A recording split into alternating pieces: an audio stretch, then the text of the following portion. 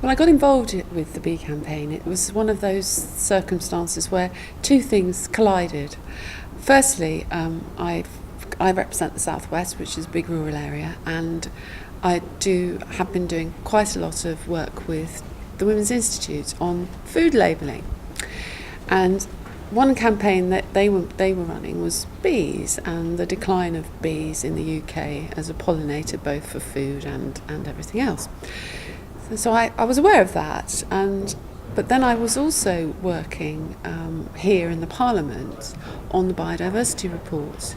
And on the biodiversity report, I then became very aware as well of insects and pollinators. So the two things came together, and I suddenly realised that actually some serious work needed to be done on this, and that the WI were on the right track. So I wrote to the Commission.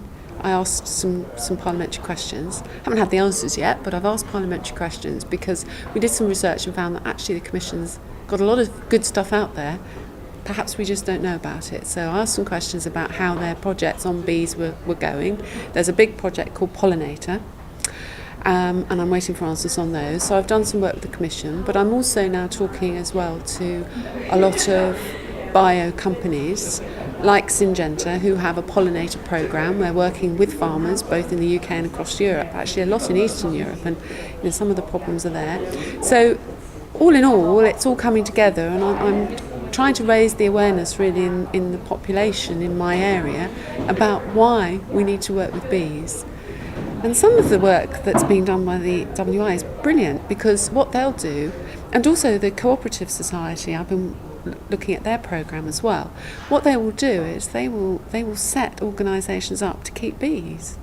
So they will give training, they'll provide equipment to voluntary organisations. So if let's say you're running an outdoor play centre, and you know what that's like. Groups of mums all over the country do that. They run play groups, they get together, they have an area outside where they have outdoor play and keep their toys. Well, what they can do is they can keep bees there. Now you might think small children and bees are not a good idea, but that's one of the myths, of course, is that bees are quite passive and easy to handle if you look after them properly.